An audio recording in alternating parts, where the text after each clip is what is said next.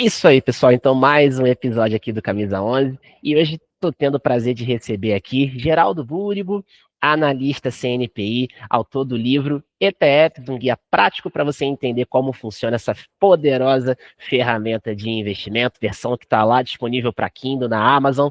Geraldo, muito prazer. Seja muito bem-vindo ao Camisa 11. Fala, Anderson, eu que agradeço a oportunidade. É sempre bom falar de ETFs, é um assunto aí que eu gosto muito.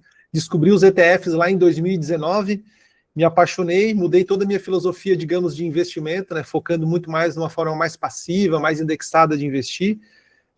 Não sou, digamos que, oriundo do mercado financeiro, acabei caindo, digamos, de gaiato no mercado financeiro. Eu trabalhei durante muitos anos numa empresa de tecnologia, sou engenheiro de formação, mas acabei realmente depois recebendo até um convite aí para trabalhar dentro da Investo, uma gestora de ETFs, trabalhei na parte de research, teve uma oportunidade muito, muito legal de trabalhar dentro do mercado, só que aí depois realmente eu resolvi largar, digamos, a engenharia e focar 100% aqui nesse trabalho de educação financeira, consultoria financeira, e é algo realmente que eu sempre gostei de investir, sempre fui organizado financeiramente, então, digamos, a gente está alinhando, digamos, uma paixão nossa, realmente com uma forma também de trabalhar, né, de monetizar.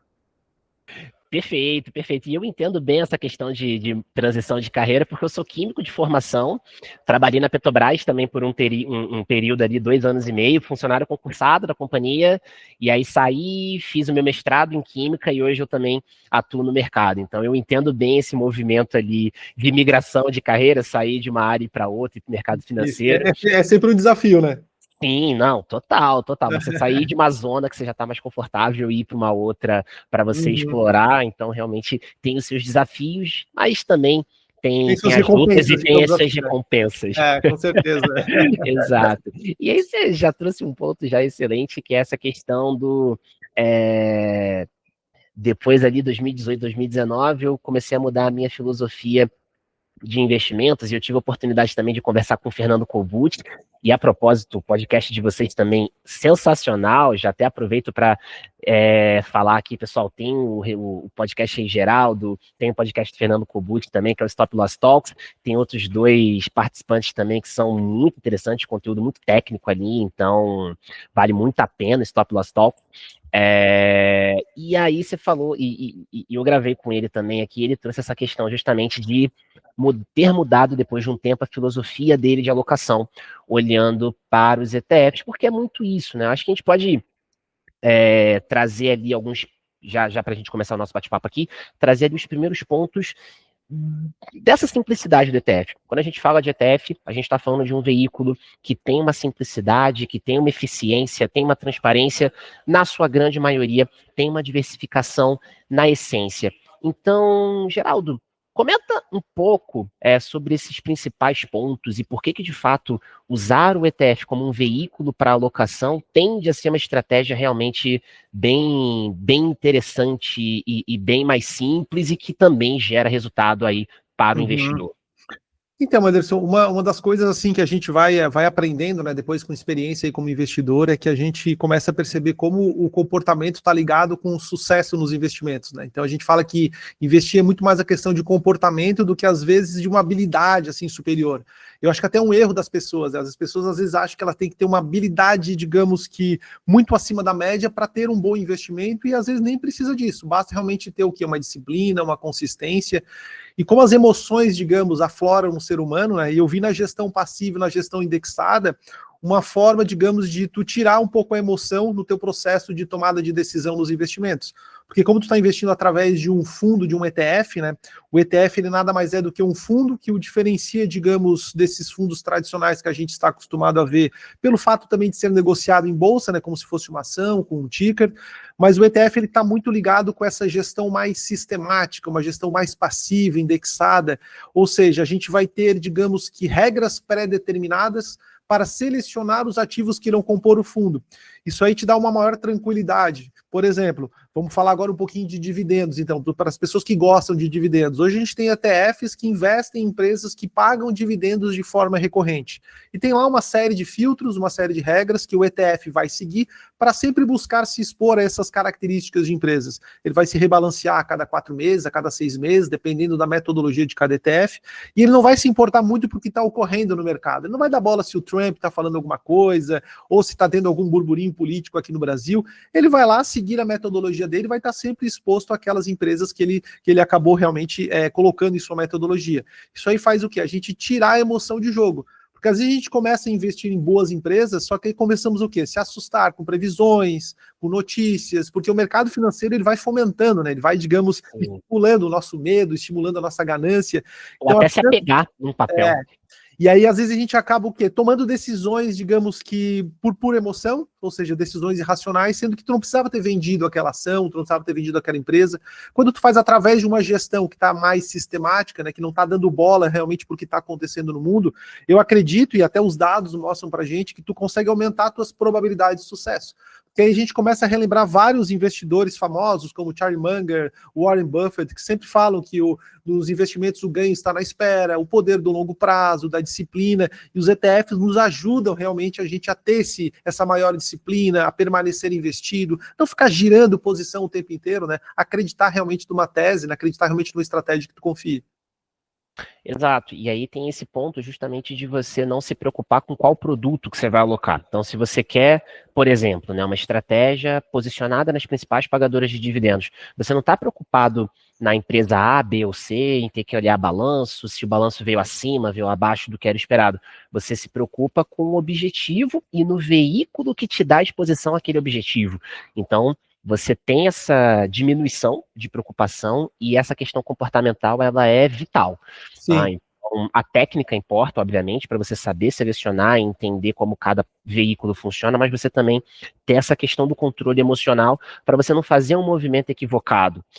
E até com os outros players que eu já tive a oportunidade de conversar aqui, a gente trouxe esse ponto. Quando você está pensando no ETF, o ETF ele replica um índice. E o índice é uma cesta que tem uma metodologia própria. Se alguma empresa deixa de atender aos critérios do índice, naturalmente ela vai sair. Se teve uma outra que passou a ser permitida de inclusão, ela vai entrar. E naturalmente o ETF vai capturar esse movimento. Mudanças ali no mercado, o índice vai capturar, o ETF vai capturar. Exatamente. Então, essa situação de buscar sempre o que está em alta, você não tem, porque o índice naturalmente vai replicar isso e naturalmente o ETF vai seguir essa trajetória. Sim, e a ideia também é, Anderson, por exemplo, assim, para as pessoas que gostam, a gente pegando esse exemplo de dividendos, né, mas enfim, existem ETFs para várias estratégias, mas, digamos, às vezes fica muito difícil a gente selecionar, por exemplo, 10, 15 empresas de boas pagadoras de dividendos, por exemplo, né? Às vezes pode acontecer até um problema com uma empresa dessa e ela estava lá, digamos, era uma empresa de qualidade e do nada realmente aconteceu algum problema. E a ideia do ETF é a gente se expor a um conjunto de empresas que possuem, digamos, que a mesma característica, né? A gente acaba reduzindo um risco que é muito conhecido, digamos, na parte de estatística que a gente fala, né? Que é o risco idiosincrático, que é o risco específico de alguma empresa. Então, ou seja, quando tem poucas empresas dentro da tua carteira, se uma empresa quebrar, vier a ter problema, vai ter um impacto muito grande na tua carteira. E no ETF, como está exposto a um conjunto de empresas, um número muito maior, uma diversificação maior, pode ocasionar também de alguma empresa ter problema, né?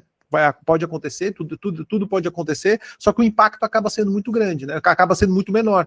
E é como tu mencionou também, e o índice ele vai se atualizando, né? Que se uma empresa passou a não atender mais aqueles pré-requisitos, ela vai ser removida do índice. Claro, vai ter um impacto ali, digamos, de curto prazo, mas depois ela vai ser realmente retirada do índice e tudo seguindo uma metodologia, né? Uma gestão mais sistemática, ou seja, sem emoção. É mais ou menos algo muito racional. Bom, a empresa não atingiu esse filtro, cara, remove ela. Nosso filtro é esse. Por exemplo, um exemplo de um filtro que é utilizado pelo ETF Divo 11. Ele pega as empresas que pagaram dividendos de forma recorrente nos últimos 36 meses. Bom, então, é um dos filtros que ele utiliza. Né? Se uma empresa talvez deixou digamos, de pagar em algum desses anos, ela vai ser removida do índice e assim o índice vai se realmente rebalanceando com o passar do tempo.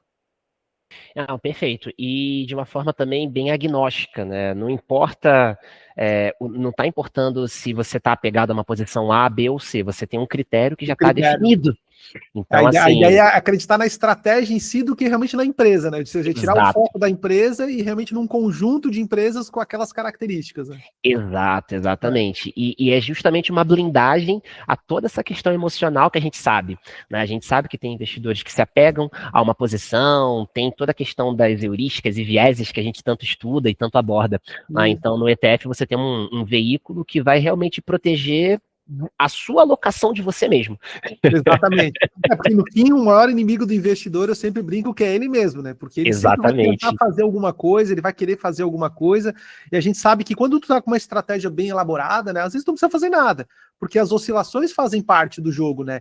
O mercado, ele é cíclico, a gente vai passar por bons e maus momentos, as classes de ativos são cíclicas, então a gente precisa entender realmente isso para não ficar girando, né? Querendo girar muito as nossas posições o tempo inteiro. Claro que às vezes algum movimento ou outro a gente acaba fazendo, procurando boas assimetrias, mas eu acredito que o grosso, digamos, da carteira, assim, grande parte da carteira, a gente realmente tem que ficar mais, digamos, indexado, né? Algo realmente para te carregar ao longo do tempo. Não, beleza. E, Geraldo, já que a gente já até começou falando ali, você trouxe a questão do Div 11, a gente falou ali sobre essa questão de dividendos, hoje a gente já tem aí nas prateleiras da B3 a possibilidade de ETFs que pagam proventos mensalmente ou trimestralmente, como a gente tem um caso lá na Investo.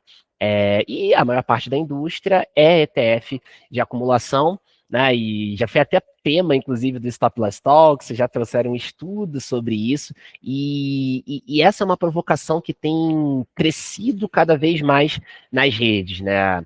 A exposição via ETF de acumulação, a exposição via ETF de dividendo e o recebimento da renda, e eu queria que a gente falasse um pouco mais sobre esse tema. Eu sou um cara que nas minhas redes defendo muito dividendo, mas confesso que eu tenho, até que falei sobre isso hoje no Instagram, eu tenho cada vez mais olhado para essa questão da acumulação, porque o grande ponto ali na acumulação não é que você não vai ter o dividendo, ele só não vai passar para sua conta.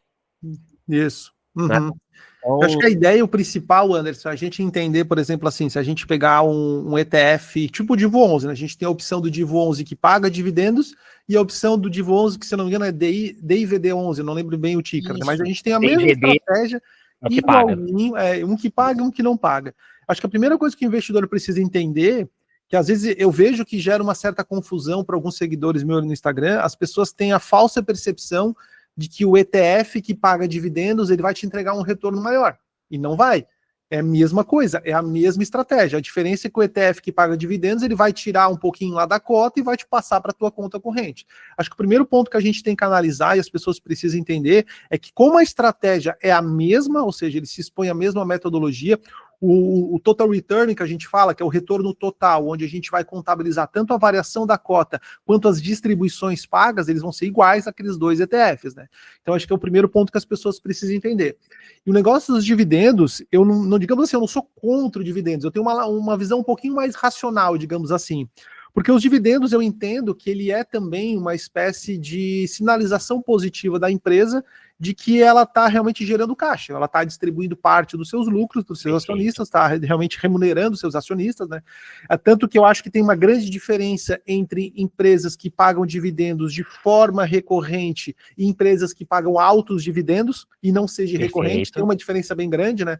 Porque se a empresa está pagando dividendos de forma recorrente, eu acho que dá muito mais segurança, certo? É muito mais um proxy de qualidade do que a empresa que está pagando altos dividendos. Porque às vezes aqueles altos dividendos pode ter vindo ali, talvez, a empresa se endividou para pagar dividendos, pode ser o que no mercado financeiro a gente chama de value trap. Então a gente tem que tomar um pouquinho de cuidado, né? Focar em que pagam altos dividendos pode ser um pouco perigoso.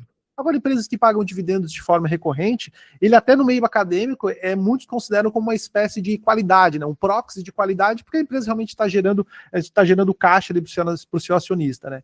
E eu vejo também dividendos, Anderson, assim, pensando agora um pouquinho mais para o lado da emoção, né? O dividendos, querendo ou não, ele é uma forma realmente de trazer um conforto emocional de curto prazo para o investidor.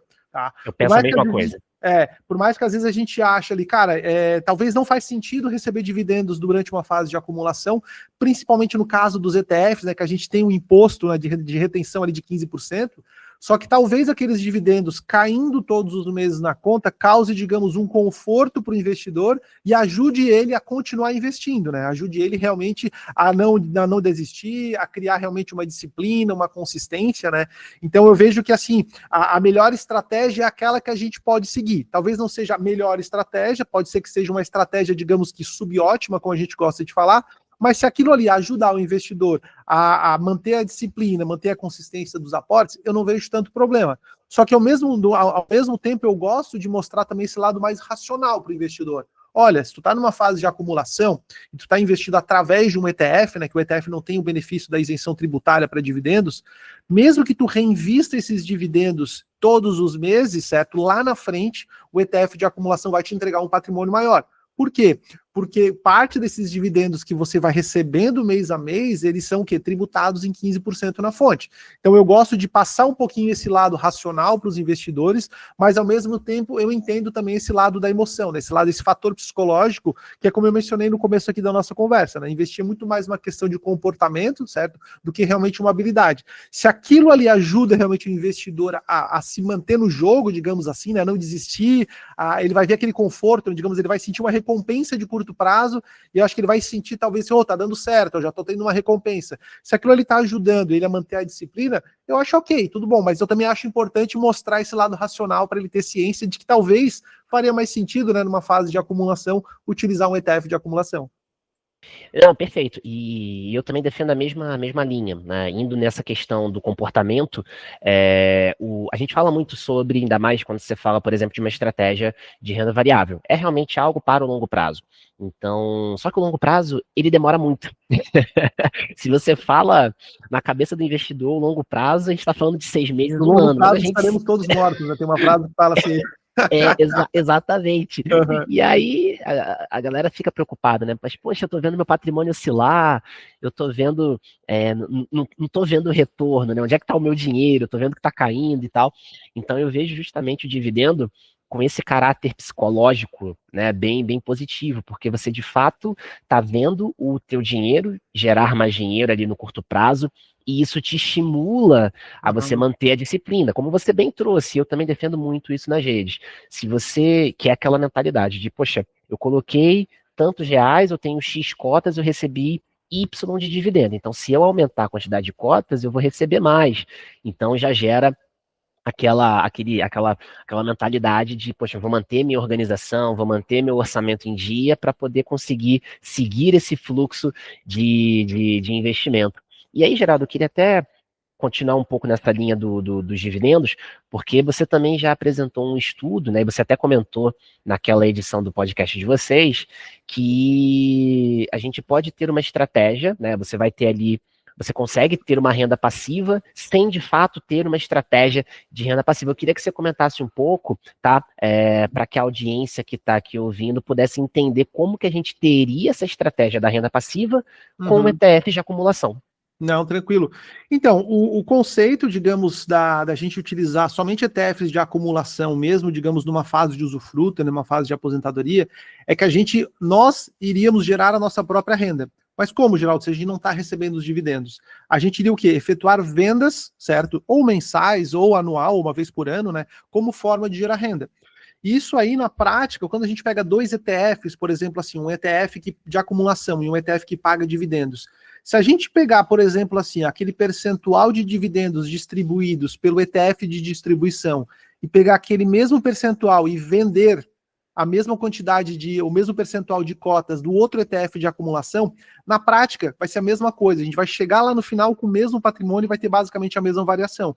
Só que aí a gente volta também para o lado emocional e psicológico do ser humano, porque as pessoas têm uma certa aversão a vender o patrimônio porque elas têm a falsa sensação de que vão estar dilapidando, mas não estarão dilapidando, porque a regra, digamos, que a estratégia que a gente utiliza é muito conhecida pelos planejadores financeiros. No exterior é muito falado isso daí, de a gente utilizar um percentual seguro de resgate, que é uma taxa segura de resgate, que é um percentual que tu pode vender todos os anos do teu patrimônio, de forma que tu consiga, inclusive, manter o poder de compra desse patrimônio ao longo do tempo.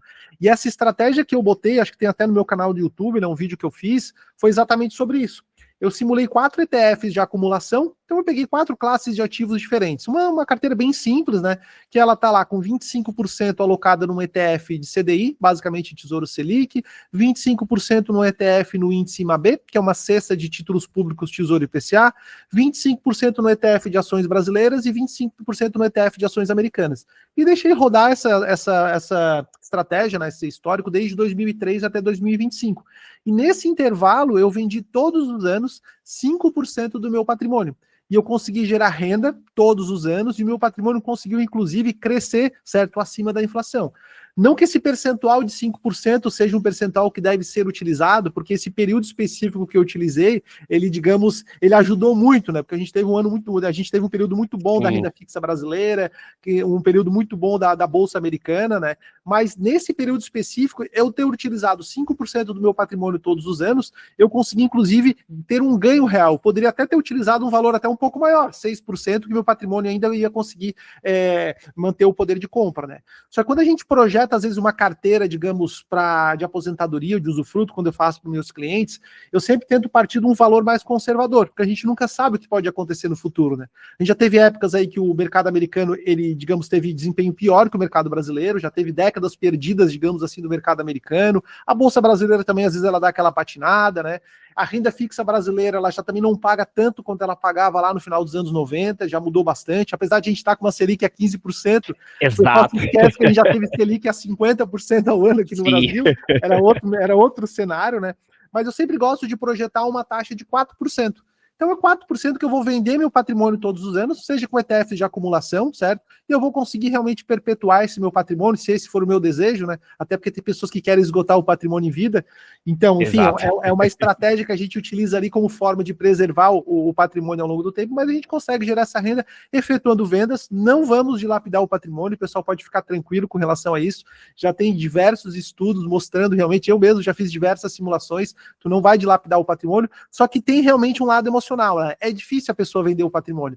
E quando ela recebe o dividendo e não precisa vender, não tem aquele ato de entrar na corretora, mandar uma ordem de venda, aquilo aí traz um conforto muito maior do que tu vender teu patrimônio. Apesar de que quando a gente olhar do lado racional, é a mesma coisa, mas a pessoa realmente ela tem um conforto muito maior com relação a isso aí. Sim. Então eu sempre gosto de ver o que? Dividendos como uma ferramenta para facilitar a geração de renda. Então é o que eu tento realmente passar essa mensagem para as pessoas. Vejam os dividendos como uma ferramenta para facilitar essa geração de renda. Porque eu fico às vezes preocupado que as pessoas elas têm uma sensação de que, como eu mencionei no começo, né, que o ETF que paga dividendo, ele vai ter um retorno maior. Não, ele vai ter o mesmo retorno, a mesma coisa.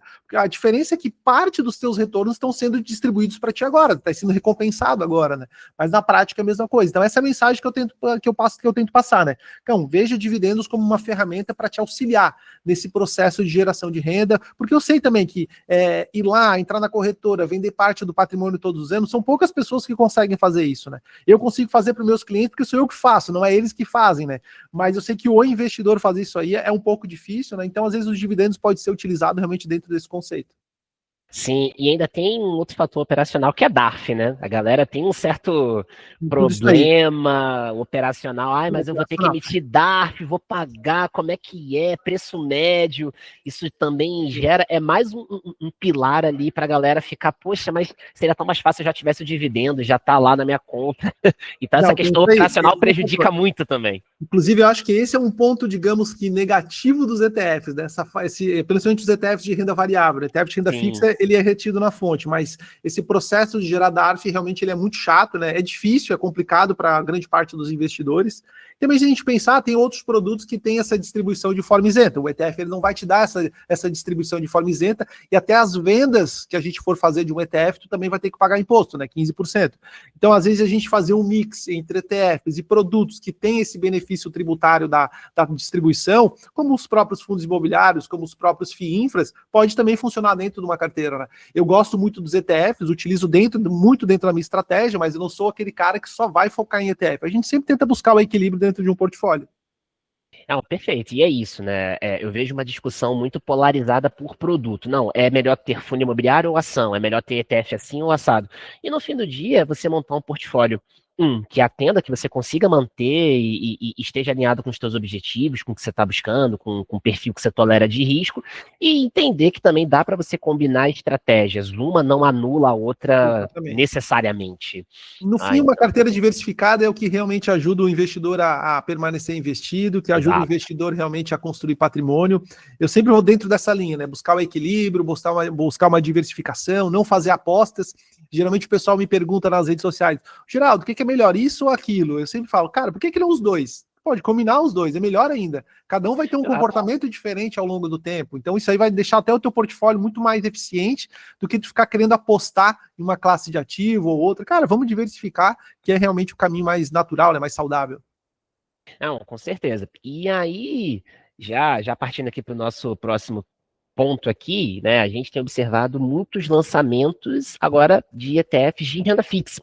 Então, semana passada a gente teve 2 lançamentos, a gente teve até aqui na Faria Lima, foi uma foto que rodou bastante as redes sociais ali, a gente viu alguns anúncios Dos motoboys, né? Isso, dos motoboys, isso foi super comentado na semana passada aqui, e aí a gente tem observado muito lançamento ali de renda fixa, então indo muito além daquela cesta que a gente já tinha, né, de B5P211, de IMAB, IB5M, então a gente já vê agora uma combinação de inflação mais curta, inflação mais longa, a gente já tinha uma combinação de Selic com B longa, a gente agora já tem inclusive ETF que dá exposição em inflação e que paga uma parte ali em dividendo, reinveste.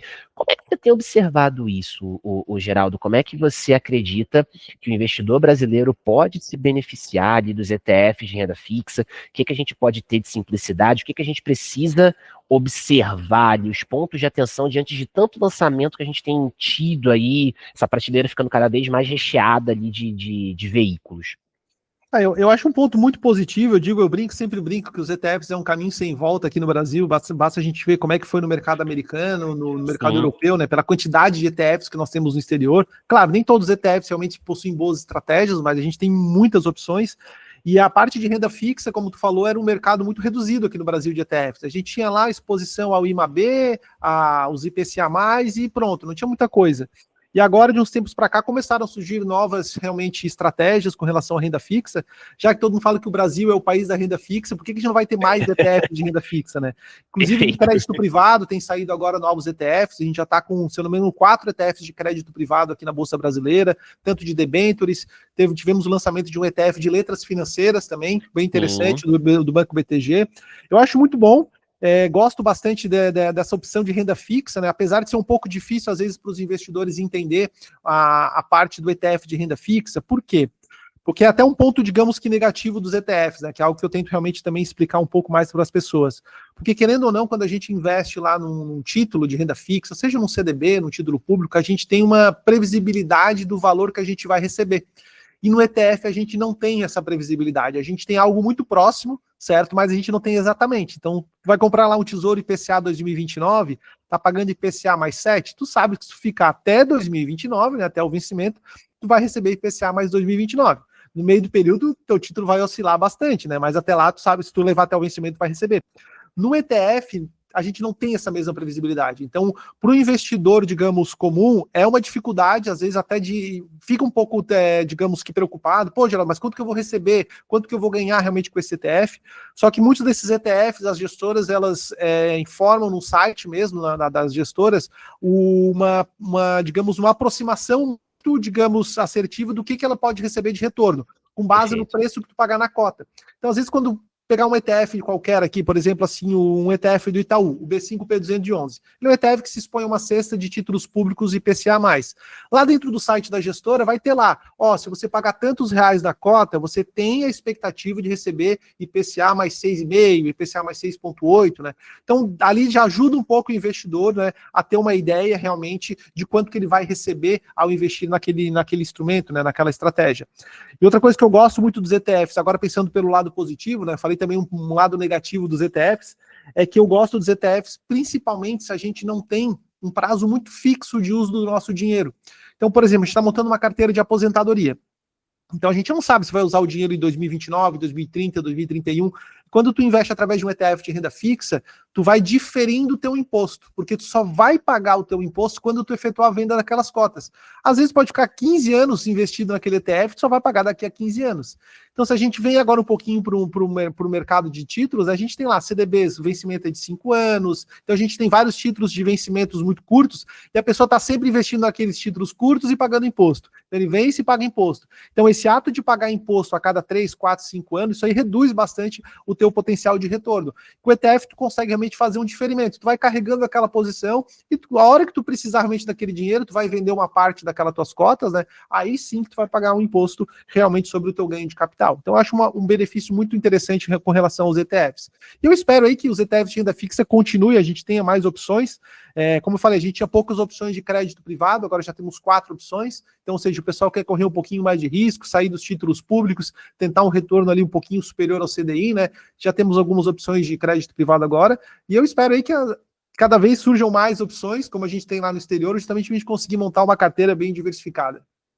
Não, com certeza. E aí, até pegando o link na última fala nossa ali sobre a questão da DARF, essa é uma vantagem que a gente tem aqui nos ETFs de renda fixa, né? Você não tem a necessidade da DARF, né? Você tem a questão, a liquidez é D+1, então você vende, o dinheiro já está na conta no próximo dia útil, e sem a necessidade de você ter que emitir a DARF, apurar preço médio que seja, né? Então o dinheiro já vem descontado ali, já na fonte, sem essa preocupação, né? Então você tem um atrativo, tanto em liquidez, quanto na questão operacional da DARF, que eu acho muito interessante para os ETFs de renda fixa. Não, com certeza. E também o fato de ter uma alíquota constante, né? Por Exato. enquanto, agora estamos em 15%. Não sei como é que vai ficar aí, derrubado lá em CLT, né? Mas por enquanto a gente está em 15%. Ficou um dia investido, 1%, é 15%, não importa o prazo, né? Não tem IOF nos 30 primeiros dias também. Então, o pessoal ali que gosta de gerar fluxo de caixa, né, para a empresa, acaba sendo uma opção interessante. O ETFs, digamos que tem uma volatilidade mais controlada, né? Então, tu consegue fazer aquele giro de curtíssimo prazo para empresas que têm um caixa muito grande. Qualquer 15 dias ali já é alguma coisa, né?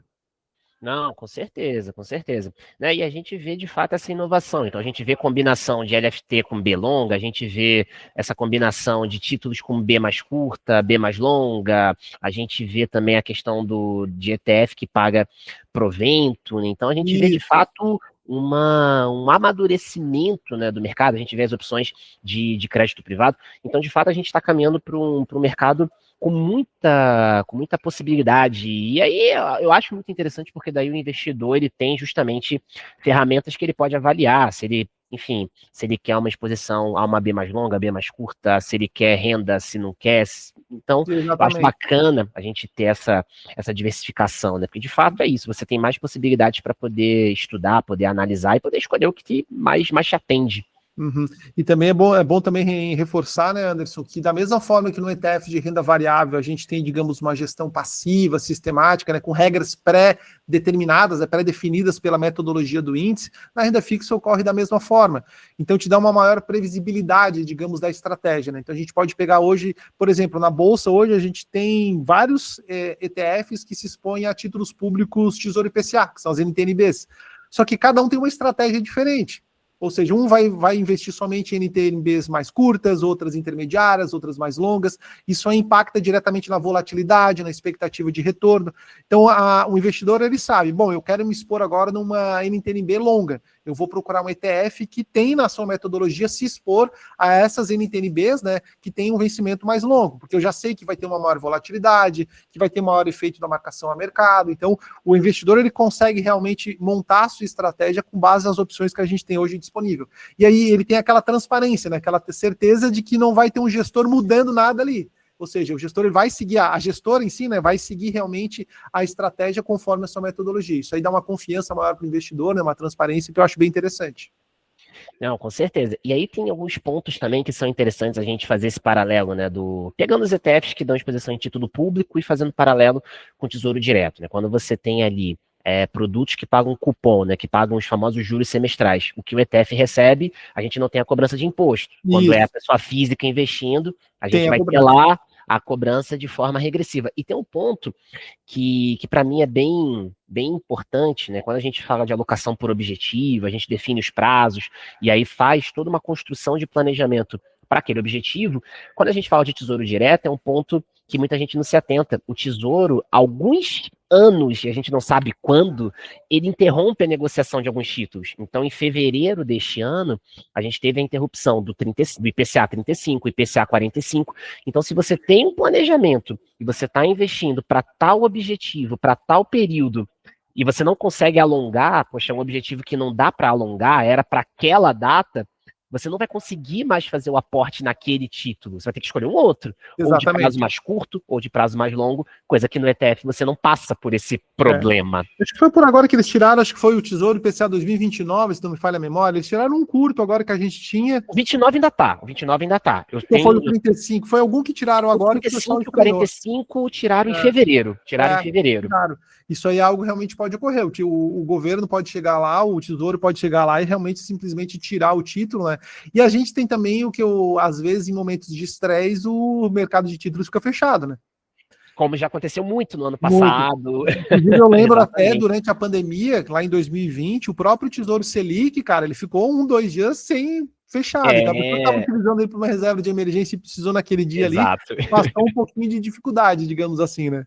Sim, não, exatamente. A gente teve no ano passado aqueles períodos de greve, toda terça-feira tinha greve no Tesouro, e é isso, né? Você só vai ter interrupção no ETF se você tiver circuit breaker.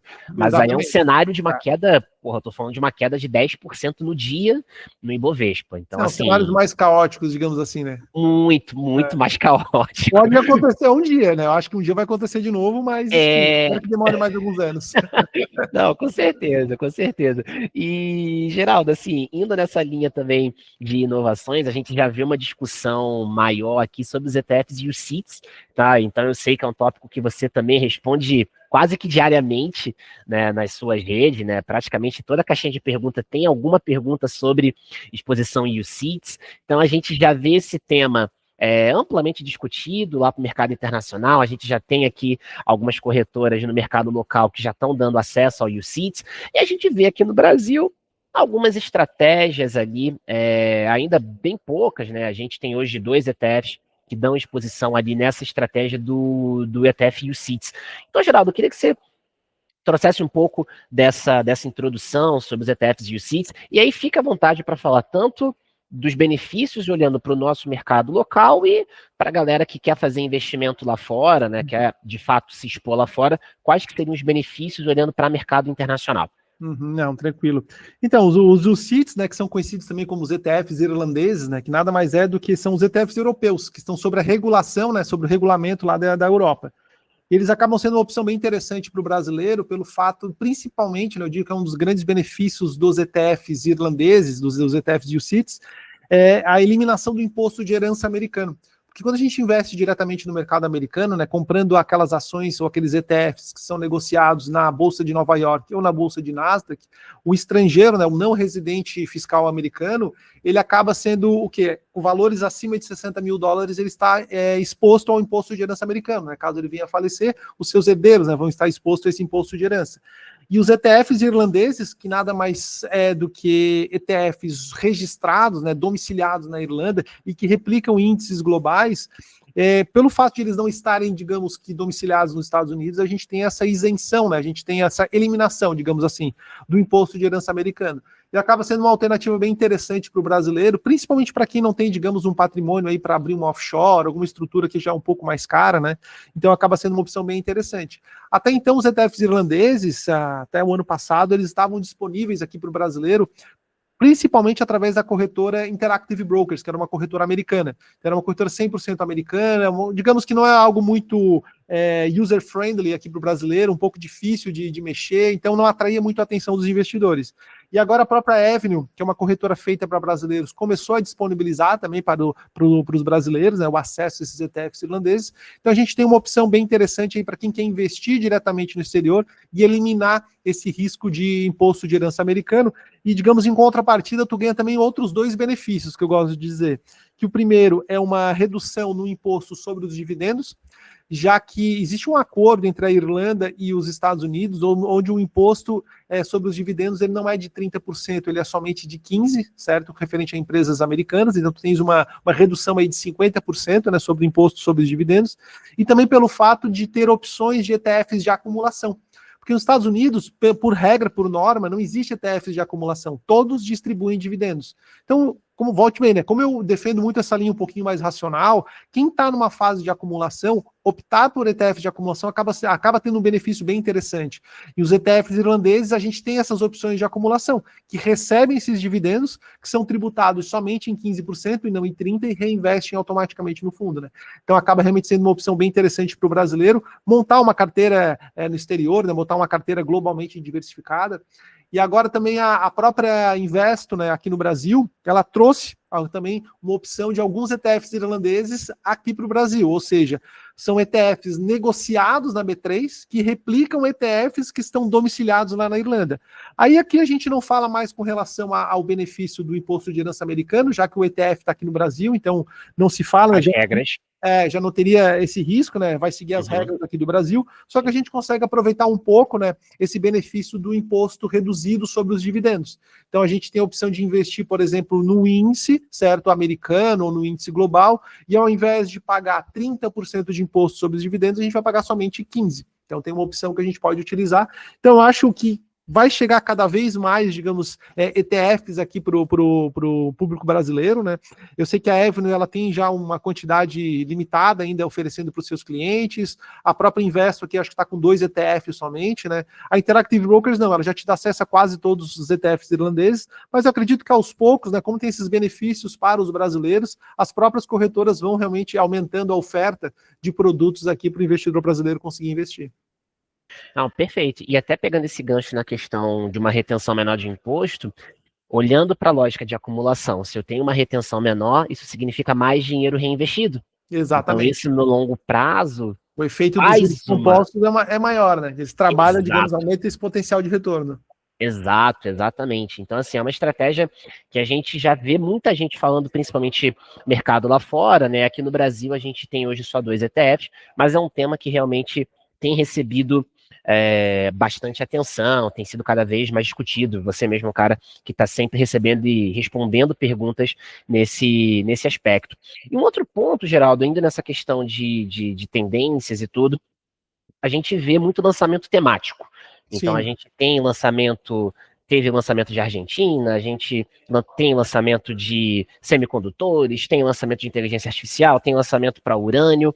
Como que você observa, né? Como é que você enxerga, e aí você como analista, você como consultor, como que você enxerga, quais são os cuidados que os investidores precisam ter para essa exposição mais temática, teses mais nichadas? O que o investidor ele precisa se atentar para também não correr naquele risco de ruína que a gente tanto fala? Sim, sim. Então, Anderson, o que eu sempre aviso para os meus clientes também, para os meus seguidores, né, para a gente não se emocionar muito com os ETFs temáticos, digamos assim, né? Porque o ser humano, né, até o próprio investidor, ele tem, digamos que uma sensação de que quando ele vê algo, uma tecnologia disruptiva ou um tema de que gere muito engajamento, ele tem, digamos, uma falsa percepção de que aquilo vai gerar grandes retornos. E às vezes pode sim gerar, só que também às vezes pode não gerar, não existe uma certeza, né? Então esses ETFs temáticos, eu sempre peço para tomar um pouco de cuidado, realmente ter uma posição muito pequena dentro do portfólio, ter ciência de que aquilo ali pode realmente não dar certo, como tu falou, né? A gente sempre tem que primeiro preservar o patrimônio, né? Evitar o risco da ruína para depois rentabilizar esse patrimônio. Mas assim, não tenho nada contra, né? Eu peço sempre um pouco de cuidado com relação a esses temas, porque eu já vi algumas carteiras assim de seguidores, né, que tinham posições realmente muito grandes sobre esses temas, né, sobre esses ETFs temáticos, o que eu acho muito arriscado. Porque normalmente esses ETFs temáticos, né, eles são criados assim com temas muito do momento, e aí são ETFs que têm uma volatilidade muito maior, um risco muito maior, e a gente sempre tem que buscar o equilíbrio, né? Sempre buscar a diversificação, sempre realmente usar o bom senso. Então eu sempre peço um pouquinho de atenção. Não digo realmente, não invista, não é nesse sentido. É realmente ter um pouquinho de atenção. Se realmente tu entende que aquela tese ele possa fazer sentido, que tem um percentual pequeno dentro do portfólio, uma posição controlada, não se exponha ao risco da ruína, realmente busque o equilíbrio, justamente para não ter nenhum problema, né, nenhuma queda muito agressiva e acabar desistindo. Uma coisa que eu sempre brinco também é que, para mim, a pior estratégia é tu ficar mudando de estratégia o tempo inteiro. Eu acho que tem que ter uma estratégia realmente base, né? Ou seja, uma filosofia de investimento, uma estratégia que tu confie, que eu acho que o mais importante é a convicção na estratégia, porque por mais bem elaborada que seja, toda estratégia, ela vai passar por algum período de baixa, que o mercado ele é cíclico, normal, né? Só quando tu confia na estratégia, tu atravessa esses períodos de baixa, né, com muito mais calma, com muito mais tranquilidade, inclusive até aproveita, né, esses períodos de baixa que são os melhores períodos para aportar, por mais que sejam os piores períodos, digamos, psicologicamente falando, né? Então a ideia realmente é confiar na estratégia, realmente ter ciência do que está fazendo. Caso tenha uma convicção legal no ETF temático, num subnicho, digamos assim, né? Porque às vezes os ETFs temáticos, eles são o setor do setor, então, ou seja, é bem um subnicho, algo bem nichado. Sim. Realmente tem uma posição controlada, tem a ciência que pode não dar certo aquele investimento, e é buscando sempre o equilíbrio. Eu acho que não tem segredo, né? Às vezes as pessoas buscam muita emoção no mercado financeiro, e eu acho que o papel do consultor é sempre realmente ser aquele cara que tá, ó, vamos devagar, não te emociona demais, sempre sendo aquele cara mais sensato, né? Ajudar o investidor realmente a permanecer investido aí e construir patrimônio.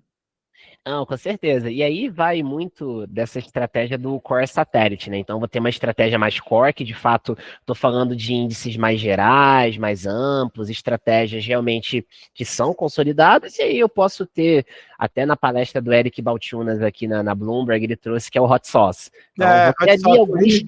É isso aí. Eu acredito que é por aí mesmo. Uhum. Pimentinha que a gente vai colocar ali, um molhinho mais apimentado. E fazendo essa dosagem ali da exposição. Eu gosto de defender uma linha ali, claro que não está nada escrito em pedra, mas eu gosto de defender ali, poxa, vamos fazer uma exposição ali uns 5%, talvez. A gente vê a galera falando muito sobre Bitcoin, criptoativos. Então, eu falo muito uma frase que é o seguinte, eu prefiro que o cliente me ligue para falar que ele ganhou menos dinheiro numa tese que deu certo do que me ligue para falar que perdeu muito dinheiro numa tese que deu errado. Sim, não, com certeza. Eu acho que preservar o patrimônio, acho que é a primeira função do consultor, né? Vamos preservar para depois realmente rentabilizar. Porque, querendo ou não, né, Anderson, às vezes tem investidores que são muito mais racionais. Eu conheço várias pessoas que seguem, digamos que fielmente a teoria do Bogle, né? Ou seja, poucos ativos e não querem mais nenhum tipo de ETF temático, nenhuma apostinha, nada. Mas eu entendo que é natural do ser humano buscar um pouquinho de emoção, buscar um pouquinho de assimetrias e tal. Então eu sempre falo, cara, vamos tentar, mas vamos fazer com responsabilidade, um patrimônio, um percentual pequeno dentro do teu portfólio. Caso aquilo ali dê errado, paciência, mas o impacto vai ser muito menor, né? Vai ser um percentual pequeno. Então é isso, eu acho que o equilíbrio e a diversificação vai ser sempre o melhor caminho. Boa, não, perfeito, concordo em número, gênero e grau. E aí, Geraldo, já caminhando aqui para uma parte final aqui, um tema que tem crescido também, a gente já viu alguns fóruns de discussão, é a questão dos ETFs ativos, tá? Lá fora a gente já tem uma movimentação muito grande nessa categoria de ETFs, e aqui no Brasil a gente ainda, por regulação, não tem, né? Então a CVM ela ainda não permite a questão dos ETFs ativos. A gente tem várias estratégias que você também comenta no seu livro, tá? Então eu queria que você comentasse, né, como é um ponto que tem sido muito discutido aqui, enfim, a gente pode ter algumas atualizações ali nesse tema em breve. Eu queria que você trouxesse um pouco essa questão do ETF ativo, qual que é o racional, como é que ele funciona, né, o que você enxerga, como é que você está enxergando esse tema aqui para o brasileiro, né, para o nosso mercado. Aqui no Brasil, né, a CVM ainda não permite que a gente tenha ETFs ativos, então, por norma, todo ETF deve replicar um índice. Então, se alguma gestora quiser criar um ETF, ela vai ter que ou ir atrás do índice que já existe, né? Ou ela vai pedir para uma empresa realmente fabricar um índice para ela, né, conforme a estratégia que ela queira fazer. Então, todo ETF ele é obrigado a seguir um índice. Lá no exterior, a gente não tem essa obrigação. Então, a gente tem ETFs tanto ativos, como a gente está muito acostumado com a gestão tradicional dos fundos que a gente tem aqui no Brasil, né? Vai ter um gestor, uma equipe, comprando e vendendo a todo momento, decisões muito mais discricionárias, só que sobre a estrutura de um ETF, né? Sobre o instrumento ETF, como a gente vai ter também estratégias que eu chamo que são ativas sistemáticas. Que o que acontece nesses ETFs? Eles não têm, digamos que eles não replicam um índice de referência, tá? Eles desenvolvem a sua própria metodologia, só que eles seguem aquela metodologia de forma sistemática. Eles não vão, digamos, ter as mesmas decisões discricionárias do que um fundo padrão ativo. Eles vão ter lá as regras bem pré-determinadas e vão seguir aquilo ali e não vão se importar com o que está acontecendo. Então, lá no exterior, a gente tem uma distinção, né, entre esses dois tipos de gestão ativa, né? Uma gestão ativa tradicional, gestor, comprando, vendendo, tese e tal, e a gente vai ter também essa gestão ativa um pouco mais sistemática, talvez assim um pouco mais quantitativa, como eu gosto de dizer. A gente já tem algumas gestoras que são bem conhecidas lá no exterior que fazem esse tipo de gestão. Então a ideia também é justamente tirar essa emoção do jogo, né? Tentar realmente ter uma estratégia mais sistemática, algo realmente sem ter muito, sendo algo muito mais racional do que realmente depender muito das emoções, digamos assim, né? Ser influenciado aí por notícias e por previsões. Eu acredito que futuramente a CVM deve liberar os ETFs ativos aqui no Brasil. Até o ano passado eu fui no evento da S&P, onde um dos diretores da CVM foi abordado com esse tipo de assunto. Na hora ele deu uma desconversada, mas ele falou que talvez futuramente consiga liberar esse tipo, ele quer deixar o mercado amadurecer um pouco mais aqui no Brasil. Só que agora, fazendo um pouquinho de crítica, digamos assim, né, puxar um pouquinho ao lado da sardinha dos ETFs, eu acho que a indústria de fundos tradicionais do Brasil, ela precisa se reinventar, porque eu acho que os custos estão muito altos ainda, né? Eu acho que o investidor ele não tem muita noção de um custo alto, de uma taxa de administração de 2,5% ao ano, mais taxa de performance. Eu acho que a indústria precisa se reinventar. Eu não sou um cara que vou ficar criticando a gestão ativa, eu acho que tranquilo, dá para ser feito, eu acho que cada um realmente tem uma linha que gosta de trabalhar, que tem a sua convicção, mas eu acho que a forma que a estrutura hoje de um fundo ativo no Brasil, né, de um fundo tradicional, é muito cara. Então, talvez isso aí parta até mesmo da própria CVM, de realmente reduzir talvez um pouco essa burocracia, para também os fundos e a gestora cobrarem um pouco mais barato, né? Então, talvez utilizando uma estrutura como o ETF, que é uma estrutura um pouco mais simples, um pouco mais enxuta, e liberando uma gestão ativa, pode ser que a gente tenha fundos ativos para quem gosta realmente de a tese de um gestor, ou da forma de investir de algum gestor, porém através de um instrumento um pouco mais barato, né? Com um custo um pouco mais reduzido. Boa, perfeito. De fato, né? A gente teve o ETF Week em São Paulo no mês passado, e a gente teve também o pessoal da CVM, né? A gente teve lá o superintendente da CVM falando sobre esse tema, que é um tema que realmente está bem avançado, né? A expectativa é que no futuro breve a gente tenha ali essa matéria sendo aprovada, enfim, a gente passa a ter ali a possibilidade dos ETFs ativos, mas de fato a gente tem ainda uma lacuna educacional muito grande. Você vê, a gente tem uma indústria de 21 anos, né, nosso primeiro ETF lá em 2004, mas a gente ainda tem pessoas que estão na cabeça ali de ETF, BOVA11 e VVB11, né? A gente teve tanto amadurecimento. Até porque, assim, a gente teve o lançamento do primeiro ETF lá em 2004, né, do PIB11, mas acho que a gente ficou... Olha, começou realmente a lançar mais ETFs agora no Brasil nos últimos 5, 6 anos. Acho que a gente ficou uns 10 anos aí com o mesmo número de ETFs durante um bom tempo aqui no Brasil. E é interessante, Anderson, que tu tocou no assunto agora que eu acho muito importante, né? Para quem ainda não conhece muito o universo dos ETFs, as pessoas acham que ETF é seguir o BOVA11 ou seguir o S&P 500. Não, a gente tem várias estratégias específicas. Se o cara quiser realmente seguir um índice de mercado bem simples, tem também essas opções. Mas se o cara quiser, digamos, se aventurar um pouco, uma estratégia um pouquinho mais específica, a gente já tem várias estratégias hoje disponíveis aqui na B3, inclusive para ações brasileiras, empresas de baixa volatilidade, tem até a própria estratégia do Barsi agora que está disponível aí para o pessoal. Exato. Setores específicos da economia, setor financeiro, setor de utilities. Então a gente realmente consegue montar uma estratégia que mais se alinha ali com as convicções do investidor e não necessariamente se expor ao BOVA11 ou se expor ao S&P 500. Então até às vezes tem uma rixa, digamos, hoje em dia no mercado financeiro, né? O pessoal da gestão ativa, o pessoal da gestão passiva e tal, e aí o pessoal, digamos, muitas pessoas falam, mas é gestão passiva, tu só vai lá seguir o Ibovespa e é só isso. Não, a gente consegue tentar superar a performance do Ibovespa utilizando estratégias um pouco mais específicas, não necessariamente tu vai seguir somente o Ibovespa, né? O próprio DIVO11, ele não deixa de ser uma estratégia mais específica, ele foca em empresas que têm um conjunto de características semelhantes, que é o pagamento, a recorrência no pagamento dos dividendos. E a gente analisa o histórico do DIVO11, ele supera o Ibovespa em quase todas as janelas de tempo. Então, ou seja, através de um ETF, de uma estratégia sistemática, tu conseguiu superar essa média do mercado brasileiro aí com uma certa tranquilidade e através de um instrumento de baixo custo, um instrumento eficiente.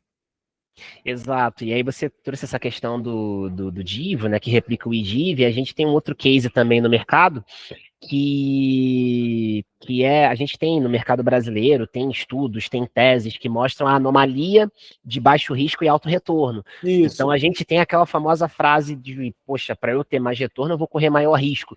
Só que quando você analisa o mercado brasileiro, a gente vê que normalmente empresas de menor volatilidade tendem a entregar um retorno maior. E a gente tem inclusive uma tese no mercado que dá essa possibilidade, que é o LVOL11 do Nubank. Sim, é outra opção também, muito, muito interessante, o LVOL11 da Nubank. Então a gente vê que a gente vai tendo várias estratégias. Isso que o mercado brasileiro é pequeno ainda. Você vai para o mercado americano, o leque de opções abre, que chegou o investidor, eu digo que lá nos Estados Unidos ele fica até perdido, porque tem ETF para tudo que tu imagina. Então o cara fica até confuso, pô, mas qual a estratégia que eu vou seguir? Aqui no Brasil a gente está ainda começando, engatinhando, toda semana aí está lançando um ETF novo. Então, assim, é um mercado que vai crescer muito, com estratégias realmente para todos os gostos, digamos assim.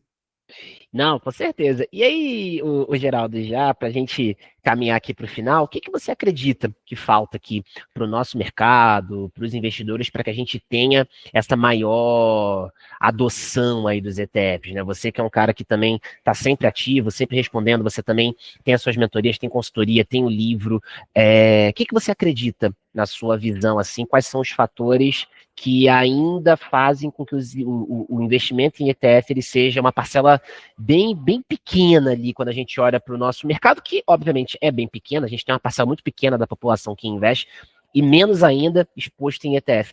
Quais são os fatores que você acredita que precisam acontecer para virar essa chavinha? Eu acho que é um processo até de educação financeira, viu, Anderson? Eu acho que às vezes a grande parte dos investidores, a gente tem eles entram, né, digamos, eles começam a investir com aquela ilusão do enriquecimento no curto prazo, atrás de um trade que vai mudar a sua vida. Então eu acho que a própria educação financeira, né? Eu sempre brinco assim, quando a gente olha a fórmula dos juros compostos, a gente tem lá 3 fatores que influenciam o crescimento de um patrimônio, que é os aportes que tu faz, o tempo que tu fica investido e a rentabilidade. E eu acho que o investidor, não somente o brasileiro, mas eu acredito que muito mais o brasileiro, pela educação que a gente tem aqui no Brasil ainda, né? Eles focam muito na rentabilidade. O povo está sempre buscando rentabilidade, e a rentabilidade é um dos únicos fatores, né, para não dizer o único fator dentro da fórmula que a gente não tem controle. A gente não consegue controlar a rentabilidade. Quando a gente investe em renda variável, a gente tem o quê? Expectativas de retorno. Quem está te vendendo uma garantia, uma promessa, sai fora, que provavelmente é uma pirâmide financeira. Então a gente tenta sempre investir de uma forma para aumentar as nossas probabilidades de sucesso. E os aportes e o tempo que a gente tem, que são fatores dentro da fórmula, a gente tem controle sobre eles. A gente consegue realmente parar de girar nosso portfólio, permanecer investido, começar o quanto antes, se organizar financeiramente para aumentar a nossa capacidade de aporte.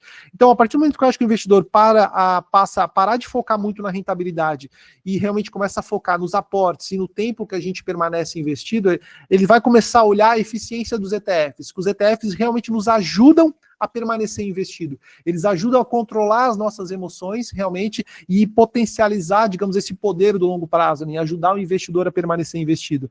Mas é um processo de educação, é algo que vem com o tempo, com mensagens, com posts, a gente vai, digamos, falando a nossa palavra, nossos ensinamentos. Olha, pessoal, vamos focar muito mais numa disciplina financeira, nos nossos aportes, numa simplicidade, numa carteira diversificada, e aí o pessoal realmente vai começando a olhar realmente essa eficiência dos ETFs. Porque às vezes uma carteira com 4, 5, 6 ETFs é uma carteira excelente, tu não precisa estar lá com 50 ativos ali dentro e o cara já vai conseguir realmente atingir o objetivo dele, né? Então acho que é um processo, aos pouquinhos o investidor vai amadurecendo, vai observando realmente a simplicidade, a eficiência, vai percebendo que, cara, eu tenho que ter consistência dos meus aportes, eu tenho que parar de ficar girando posição, que quando eu começo a olhar somente rentabilidade, eu começo o quê? Tomar riscos desnecessários, riscos não compensados. Normalmente grandes retornos estão atrelados a grandes riscos, as pessoas precisam ter ciência com relação a isso. Então, é um processo de educação com aos poucos, assim, o investidor vai evoluindo, vai, digamos, observando, né, realmente entendendo essa eficiência aí dos ETFs. E de fato, é um processo ali de construção, né? A pessoa entender. Primeiro, ela entender que, poxa, dá para fazer de forma simples, depois ela superar a barreira do ETF não ser um mero produto, mas um veículo, entender que você ter 5, 6 ETFs não é estar mal diversificado, muito pelo contrário, você pode ter uma carteira com muitos ativos ali dentro, em 5, 6 ETFs.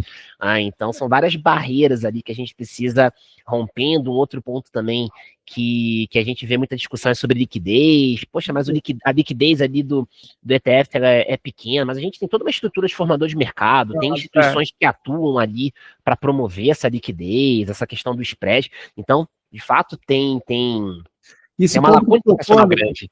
Tu tocou um ponto muito importante, né? Porque normalmente a gente recebe uma pergunta: Geraldo, qual que é o melhor ETF para investir? E aí eu sempre falo, cara, a gente não investe em ETFs, nós investimos através dos ETFs. Então, como tu falou, a gente tem que olhar o ETF como um instrumento que eu vou escolher o quê? Qual classe de ativo que eu vou me expor? Então, através de um ETF, tu pode se expor a criptomoedas, tu pode se expor ao ouro, tu pode se expor a renda fixa, a renda variável, enfim, vai abrindo um leque de opções. Então, ele é só um instrumento que tem uma estrutura eficiente, né, que provém ali baixo custo, realmente a liquidez de bolsa, enfim, tem que ver realmente o ETF como instrumento e não como ativo final, né? Vou investir em ETFs. Não, para investir através de um ETF. Com certeza. Geraldo, sensacional. Cara, certamente foi uma aula aqui. Poxa, obrigado por você ter topado aqui o bate-papo. E eu queria agora deixar o espaço ali para as considerações finais. Então, fica à vontade aí para dar o seu recado final aqui no Camisa 11. Não, imagina, Anderson, eu que agradeço a oportunidade. É sempre bom falar sobre ETFs, um tema que eu gosto bastante. Me apaixonei pelos ETFs, pela gestão passiva, como eu falei no começo aqui da nossa conversa lá em 2019, 2020, certo? Agradeço, deixo aqui meu arrobinha aqui nas minhas redes sociais, @GeraldoBúrico, você vai me encontrar no Twitter, no Instagram, no YouTube. Agradeço a oportunidade, então, o que a gente puder ajudar para propagar essa palavra dos ETFs, da eficiência de uma gestão mais passiva, esse poder do longo prazo aí, a gente vai estar à disposição para ajudar o investidor a sempre investir melhor, de uma forma mais eficiente. Boa, boa, maravilha. E, Geraldo, acho que a gente pode deixar também aqui, problema nenhum quanto a isso, né? A gente pode deixar também o link para o teu livro. Pô, é realmente uma aula, um conteúdo muito fácil ali de ser entendido, pô, uma leitura simples. Então, eu vou compartilhar na descrição aqui do vídeo, vai estar o link aí para o livro do Geraldo, vocês conseguem acessar. Por enquanto só tem versão Kindle, né? A versão física ainda não está disponível, né? Eu disponibilizei agora, tem tanto a versão Kindle lá. Boa. Isso, eu tenho uma versão em PDF também, que legal. tanto no meu YouTube, no meu Instagram, no link da bio, lá nas descrições, está com o link, certo? Da versão em PDF e da versão no Kindle na Amazon. Então é só acessar, digamos, as minhas redes sociais que vai estar lá o meu e-book, certo? Boa. Tanto a versão Kindle, para quem gosta de ler pelo Kindle, ou a versão de PDF que o pessoal pediu. Muita gente me falou, Geraldo, não gosto de Kindle, não leio no Kindle, aí eu fiz uma versão em PDF também, tá bem bacana. Não, maravilha. Geraldo, agradecer demais aí pelo bate-papo, cara, foi uma aula e vai ser uma honra certamente te receber aí pra gente falar das outras inovações que podem surgir. A gente vê muita coisa saindo, quando a gente tiver os ETFs ativos, então a gente vai abrir uma nova via para inovações, então certamente a casa estará aberta aqui pra gente poder fazer esse bate-papo 2, 3, 4, quantas vezes forem necessárias, tá? Então, eu que agradeço também, cara. Muito bom, gostei bastante do papo. Obrigado também, adorei aqui, pessoal. Espero que o conteúdo tenha ficado claro. E é isso, nos vemos então num próximo episódio. Forte abraço!